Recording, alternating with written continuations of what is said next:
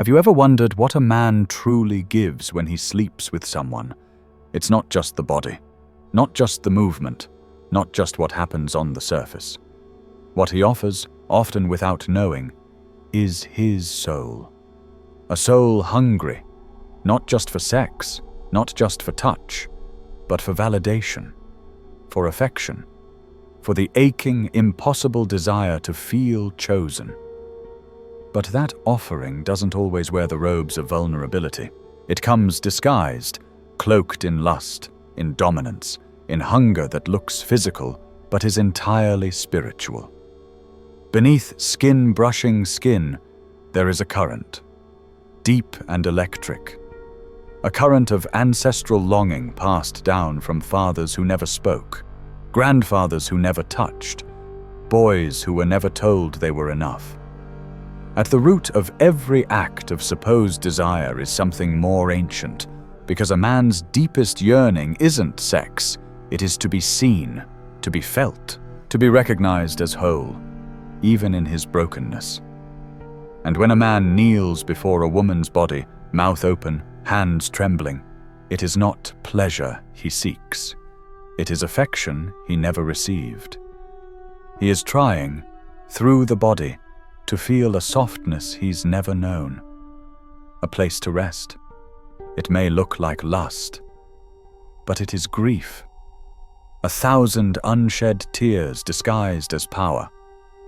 When intimacy becomes real, when the masks fall and performance shatters, it exposes something fragile, something shivering behind the armor. And in that brutal moment, the true psychology of man begins to reveal itself. The body becomes oracle. The shadow turns into a mirror. But only the brave, only the painfully awake can look through the mask and dive into the sharp truth that hides beneath. Carl Jung never reduced desire to mere animal instinct. To him, sex was not just physical. It was mythological, psychological, archetypal. Intimacy was a bridge between worlds, the conscious and the unconscious. He once said, "Every act of intimacy reveals more than it appears." And it's true. Desire is not born in the skin. It is born in the psyche.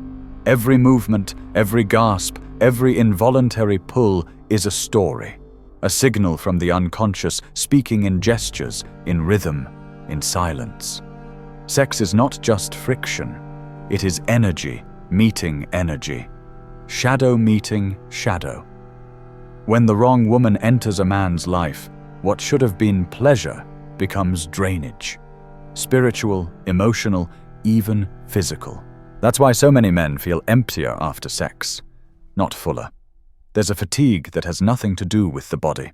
It is the soul gasping for air, because each time you surrender without presence, without true connection, you are trading sacred pieces of yourself for crumbs of validation. And while yes, the female body is a temple, so is yours. When two temples meet without reverence, without consciousness, it births chaos. You aren't just having sex, you are opening portals, and not every portal leads to somewhere safe. And that is where the unraveling begins. When a man truly surrenders in intimacy, he does not simply reveal his body.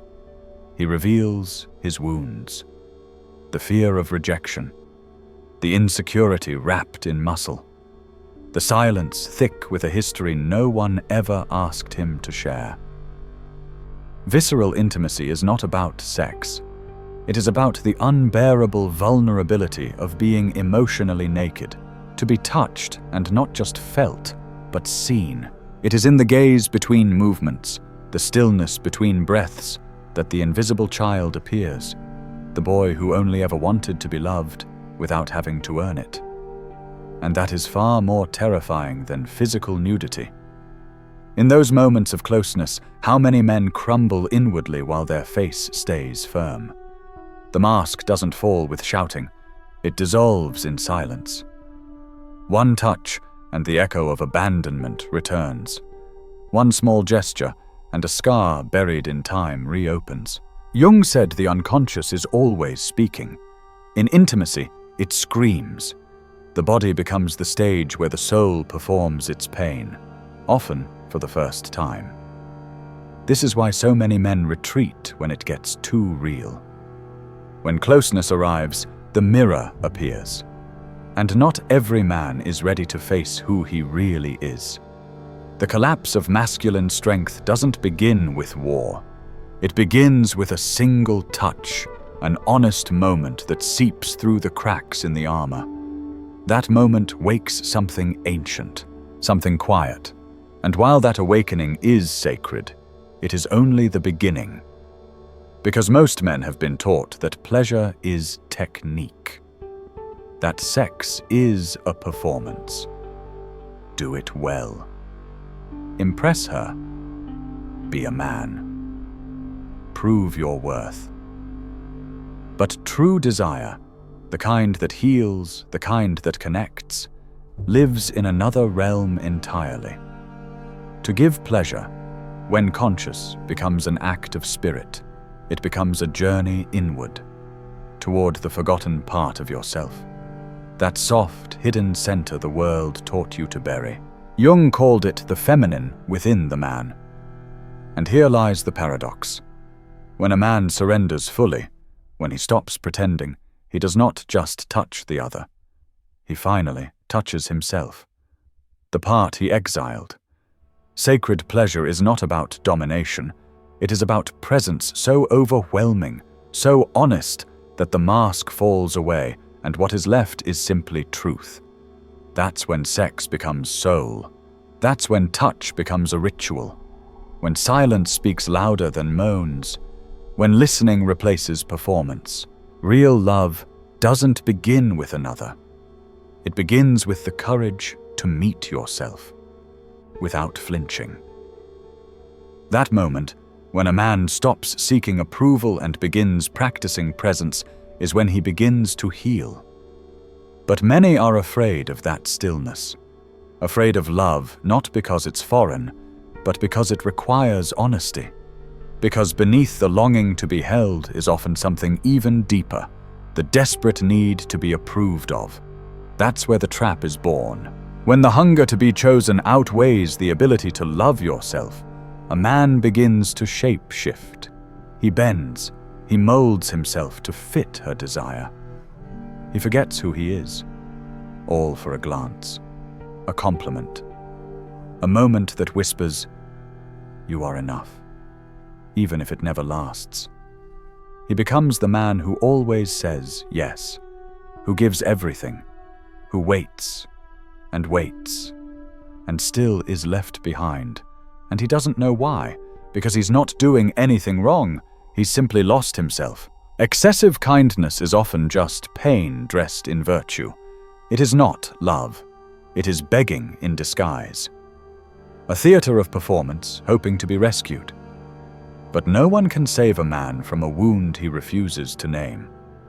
It takes bravery to pause and ask, what am I trying to prove?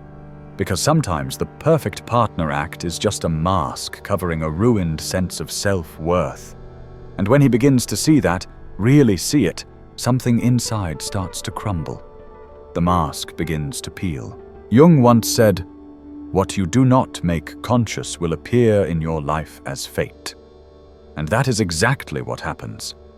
Men think they're choosing partners, but often they are simply reenacting old pain. Over and over, different faces, same wound. The shadow, the rejected, wounded part of the psyche, takes the wheel, without warning, without permission. And so every relationship becomes a cycle, a spiral, an echo. That's why intimacy can feel so dangerous. Not because the other person is bad, but because the man is unhealed. He walks in armored, but inside he is shaking, and so he looks to the other to fix what has always been broken, to be the balm for the soul ache he's never spoken aloud. The body becomes either a fortress or a bridge, depending on how he chooses to meet emotional nakedness. And the shadow? It doesn't live in what he hates, it lives in what he hides. Fear of weakness, terror of rejection, the endless thirst for approval. It all shows up in the touch that triggers memory, in the glance that recalls a mother's absence, in the choices that seem random, but are anything but. Every man eventually projects onto the other what he has not yet met in himself. He turns a woman into everything: lover, healer, mother, savior. But that is not love. That is shadow. That is ancient lack disguised as devotion. And it always leads to disappointment. Because when you place someone on a pedestal, you no longer see them. You only see the reflection of your wounded self. That idealization becomes a prison. And when they fail, when they show they are human, the whole illusion collapses. Resentment replaces romance. Because he was trying to get from the outside what was meant to be awakened within.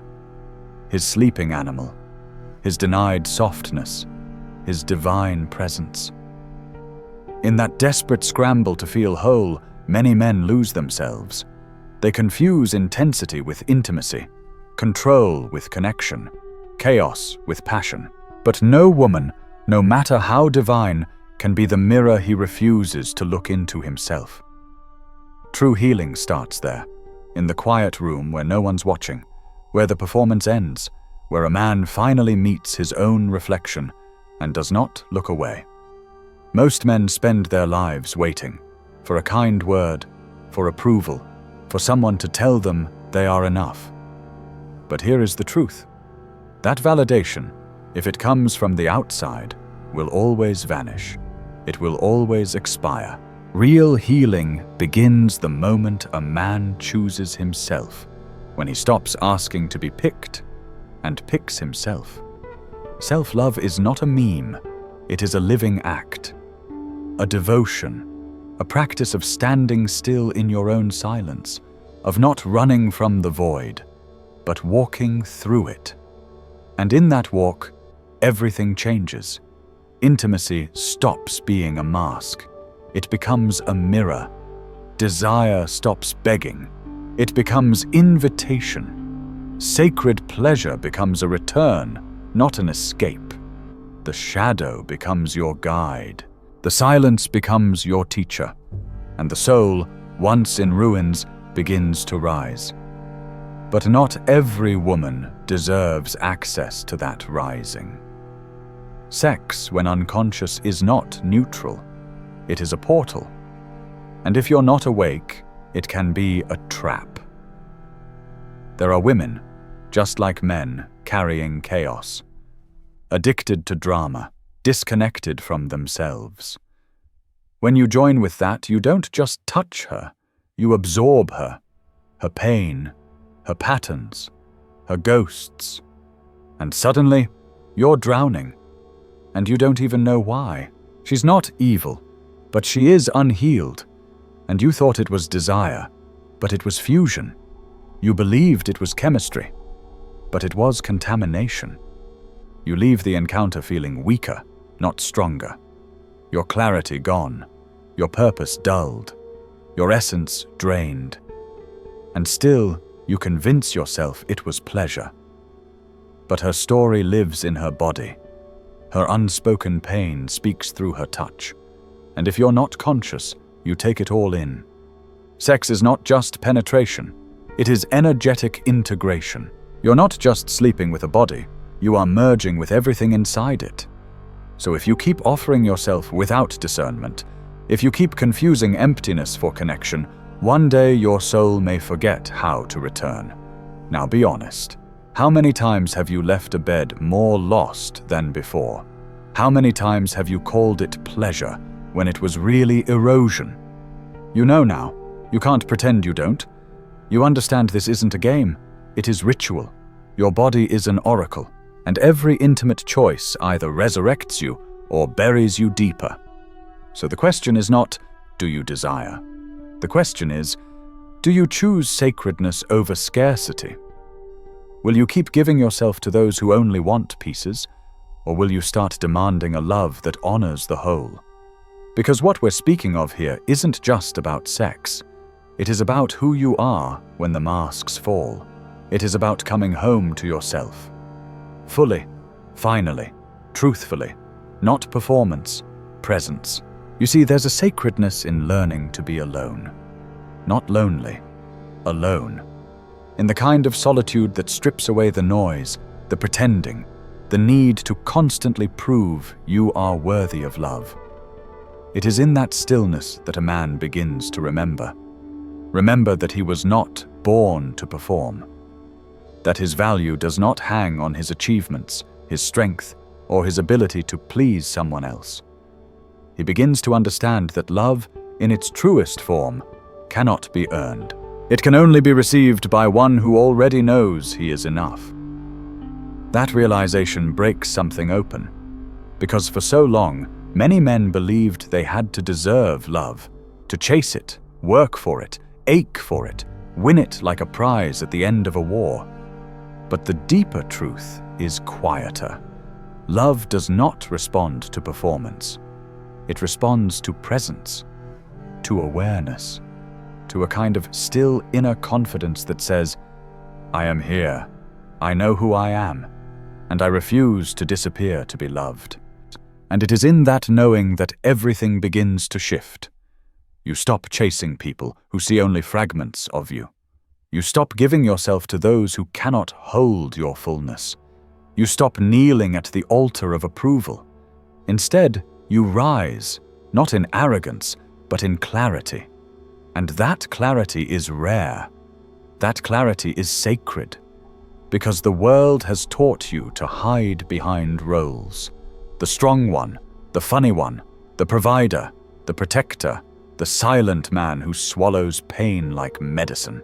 But now you see that none of those roles are who you are. You are not a role. You are a soul. And that soul has been waiting, aching, to be met not just by others, but by you. The man beneath the muscle, the boy beneath the armor, the child who once held flowers in his hands and believed the world was soft. He is still in there, and he doesn't want more lovers. He wants truth. He wants peace. He wants to stop performing. He wants to come home. But that home cannot be found in someone else's arms until it is first found in your own chest. That's where the journey always leads. Back to the self. Back to the mirror. And sometimes that mirror is brutal. It shows you everything you've denied, every moment you abandoned yourself to be liked, every time you said yes when your soul screamed no, every time you gave your body away hoping to feel loved and woke up emptier than before. You will look at that man in the mirror, and you may not like what you see, but if you are willing to stay, just stay, you will begin to heal. Because healing does not come through punishment. It comes through radical presence, through choosing, over and over, to no longer betray yourself. This is where power is born. Not in how many people want you, but in how clearly you see yourself, in how deeply you choose yourself, in how courageously you say, I will no longer abandon my soul for connection that costs me my essence. And this is the kind of man the world needs, not the one who is always strong, but the one who is real, who cries when it hurts, who walks away when love turns to sacrifice, who speaks even when his voice shakes, who dares to feel when it would be easier to shut down, who knows that strength is not in the wall, but in the willingness to be touched beyond the flesh. Because sacred intimacy is not soft, it is fire. It will burn everything that isn't real. It will expose the illusion. It will show you where you hide, and if you let it, it will set you free. But freedom has a price. You must let go of every version of yourself that was built to be accepted. You must kill the performance. You must bury the mask. You must risk being misunderstood, because only then will you become visible, not to others, but to yourself. And that is when you stop confusing love with addiction. That is when you stop feeding on attention like a starving animal. That is when you start choosing who enters your life, who touches your body, who gets to walk beside you, not out of need, but out of resonance. Because not every woman deserves to meet the man you're becoming. Some only want the illusion, the surface, the performance. They do not want your soul. They want your submission. They do not want connection. They want control. And if you are still afraid to be alone, you will say yes. You will offer your sacred energy to those who do not even know how to hold their own. And you will bleed silently. But you no longer have to. You now carry the discernment that comes from experience, the wisdom that is earned by losing parts of yourself and choosing to reclaim them, the knowing that sex without consciousness is not pleasure, it is transaction. The kind of transaction that costs more than you realize, because when your soul is on sale, no price is worth it. So let presence become your filter. Let alignment become your language. Let your energy speak for you before your mouth does. If her spirit feels like chaos, listen. If her energy feels like a void, honor that knowing. Stop trying to save those who are drowning in their own patterns. You are not her therapist. You are not her father. You are not her savior. You are a man becoming whole. And to protect that wholeness, you must choose differently, not out of fear, but out of sacred respect for yourself. You are not hard to love. You are hard to manipulate. You are not too much. You are simply no longer willing to shrink. You are not broken. You are awakening. And awakening is messy. It tears away the false safety of the familiar. It rips open every lie you believed about love. It forces you to face the parts of yourself you kept in the dark. But in that rawness, there is gold. In that discomfort, there is clarity. In that loneliness, there is power. Because it is only when you are alone, when the noise fades, when the audience disappears, that you can finally ask, who am I when no one is watching? That is the question that breaks the illusion. That is the question that ends the performance. That is the question that births the real you. And that version of you does not beg. He does not chase. He does not bend just to be chosen. He chooses. He discerns. He waits, not in desperation, but in devotion to his own soul. He touches not to impress, but to awaken. He speaks not to seduce, but to reveal. And when he gives from overflow, not from emptiness. This is what sacred masculinity looks like. It is not loud. It does not dominate. It does not pretend. It simply is, rooted, present, awake. And when that man enters intimacy, something holy happens. Sex becomes ceremony. Touch becomes scripture. Breath becomes prayer. There is no more pretending, no more performance, just the raw meeting of two souls willing to be seen. But that kind of union can only happen when you've done the work, when you've met your own shadow and did not flinch, when you've sat with your ache and did not run, when you've stopped begging the world to love you and instead chose to love yourself with the tenderness you once offered others. This is not easy, but it is worth everything, because the reward is not just deeper intimacy, it's liberation, the kind of liberation that says, I belong to no one who cannot meet me where I have met myself. No woman, no love, no pleasure is worth losing yourself again. So from this moment forward, let every intimate act be sacred. Let every yes be honest. Let every surrender be conscious. Let your body become the oracle it was always meant to be. Because now you know. There is no going back. And now that the veil has been lifted, something inside you cannot pretend anymore. Not with her. Not with the world. Not with yourself. Because once you've tasted the truth, even if it burns, even if it shakes the bones of who you thought you were, even if it unravels every story you've ever told yourself. There's no going back to sleep. The soul, once awakened, does not settle for illusions. The heart, once pierced by realness, does not crave performance. And the man, once stripped of his masks, does not kneel before approval.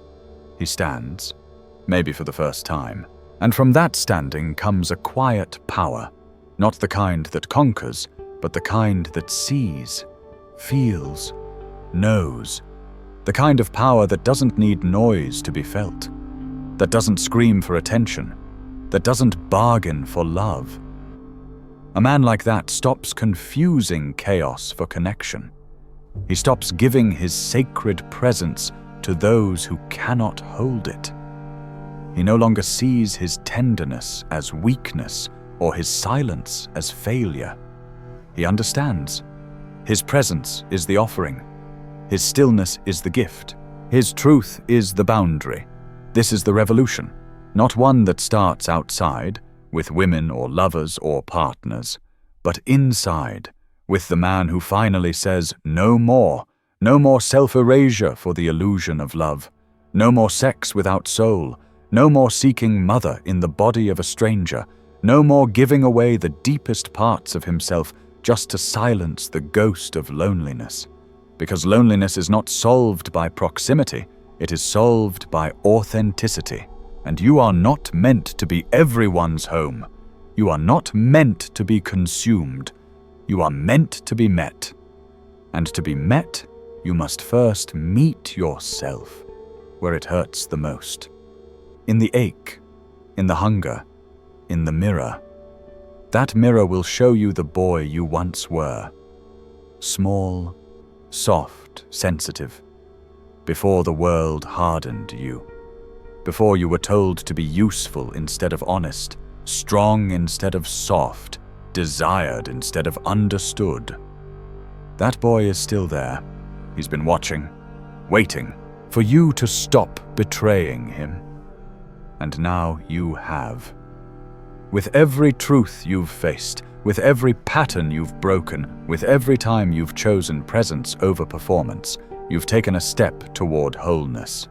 This is the return, not to perfection, but to you. And from this place, you will love differently. You will touch with reverence, speak with clarity, wait with patience, leave when needed, stay only when it is real. You will not beg for intimacy. You will create it. Not by being impressive, but by being honest. The truth is, intimacy is not something you find. It is something you are. And when you become it, when you carry it in your breath, your walk, your energy, everything around you shifts.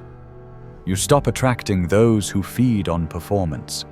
You stop calling in chaos disguised as passion. You stop repeating the wound. You begin to magnetize something else entirely, a partner who sees you, not as a provider or a fantasy or a fix, but as a man, a soul, a body with a story, a mirror with courage, a presence with depth, because you have done the work to see yourself first. And in that seeing, you remember something sacred. Not every woman deserves to touch your body. Not every woman deserves to taste your energy. Not every woman deserves access to your sanctuary. Sex is not a game. It is not a transaction. It is not proof of masculinity.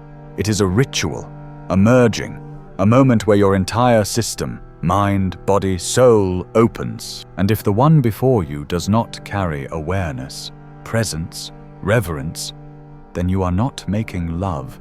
You are losing yourself. And that price is too high.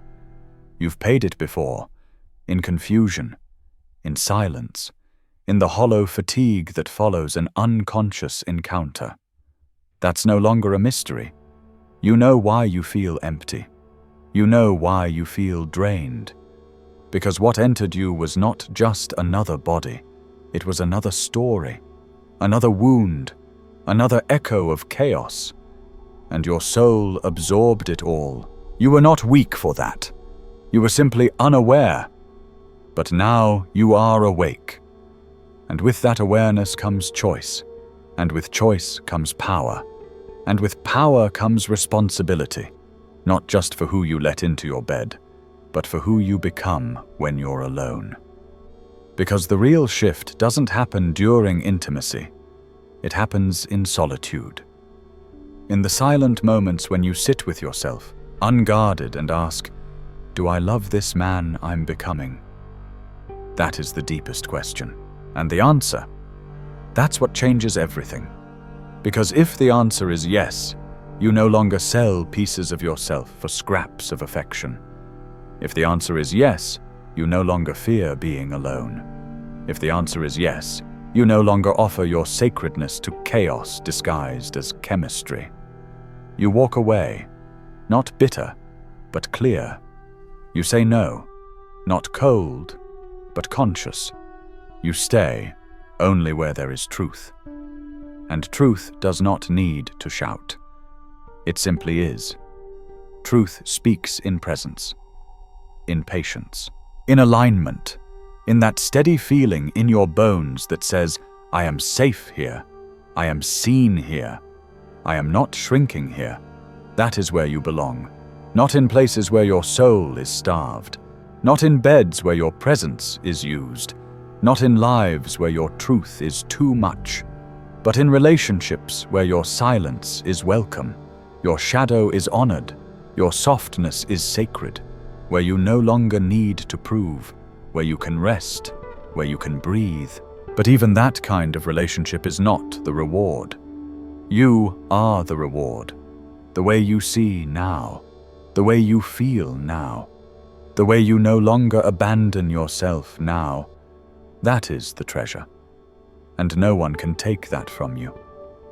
So what happens next?